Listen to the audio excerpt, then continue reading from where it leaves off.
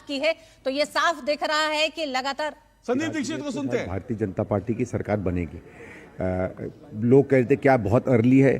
50 से 60% वोट मुझे लगता है गिन लिया गया है, क्योंकि आप देखिएगा जो दर्शाया जा रहा है वो 5वां, 6वां, 7वां राउंड है, लेकिन जैसे हमारे यहाँ ही मैंने देखा है कि अभी 8वां राउंड शुरू हो गया है, 9वें की भी मशीन आ रही है, तो 3-4 राउंड ही बचे हैं, यानी समझ लीजिए 20-25% वोट बचा है। तो जब इतना कम वोट बच जाता है और गिनने को, तो ओवरऑल पिक्चर बहुत ज़्यादा बदलती दिखती नहीं है। कांग्रेस ने भी काफी फाइट करने की कोशिश की, लेकिन अभी तक दिख रहा है ट्रेंड में कहीं दिख नहीं रही है कांग्रेस। ये है, हम शायद भरोसा नहीं जता पाए। हम लोगों ने चुनाव का मुद्दा तो बनाया, डेवलपमेंट को वापस फोकस में तो लाए। बार बार जो हम कह रहे थे कि फ्री की जो चीज़ें बढ़ती हैं वही केवल एक राज्य का विकास नहीं होता है, उसमें तो शायद हम लोग सक्सेसफुल हुए। लेकिन उसके बाद जब कोई भी इलेक्ट्रेट विकल्प ढूंढता है तो विकल्प में उन्होंने हमारी तरफ उस गंभीरता से नहीं देखा जो बीजेपी की तरफ देखा, उसका हमें नुकसान हुआ। और बीजेपी में को लेकर के लगातार जो एग्जिट पोल चल रहे थे, आपको लगता है ये कहीं सही होते हुए नजर आ रहे हैं? अब तो दिख रहा है, अब तो उसको क्या कहते हैं, तो प्रत्यक्ष है। हाँ, कुछ लोगों ने 55-60 सीटें दिखाई थी, वो तो ऑब्वियसली ठीक नहीं है, लेकिन 40-45 के आसपास तो लगता आएगी। तो कहाँ कमी रह गई कांग्रेस की तरफ से कि उस मुद्दों को नहीं पहुंचा पाए आप? या तो हम लोग देरी से जागे, जो बार बार कह रहे थे, अगर हम लोग साल 2 साल पहले, 1.5 साल पहले मेहनत करते तो हो सकता है बेहतर करते। चंद्रशेखर, आपको अगर मेरी आवाज आ रही हो तो एक सवाल हम चाहते हैं। कॉन्टेस्ट कर रही है आम आदमी पार्टी के साथ और लगातार सरकार बनती दिख रही है ट्रेंड में, आपको क्या लगता है?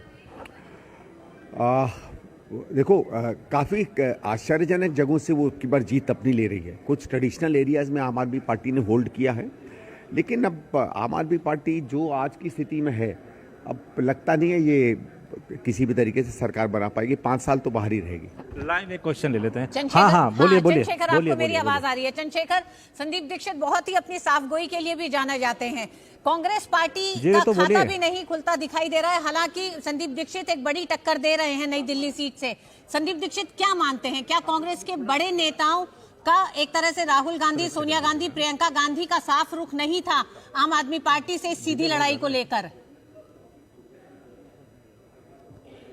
नहीं, ये तो पुराना है।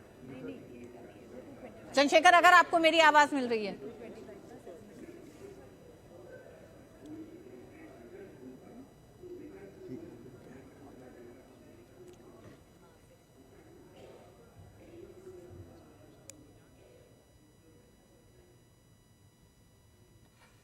तो संदीप दीक्षित नई दिल्ली से पीछे हैं और उनसे अभी हमारे संवाददाता चंद्रशेखर बात कर रहे थे, और मैं देख रहा था संदीप दीक्षित, हम लोगों ने अपने हिसाब से उनको देर में आने का कहा था, कि हमको लग रहा था कि हम पहले जमीनी कैंपेन अपना बना लें, बट हो सकता है देखो क्या हो सकता है क्या नहीं हो सकता ये तो बाद में ही पता चलता है।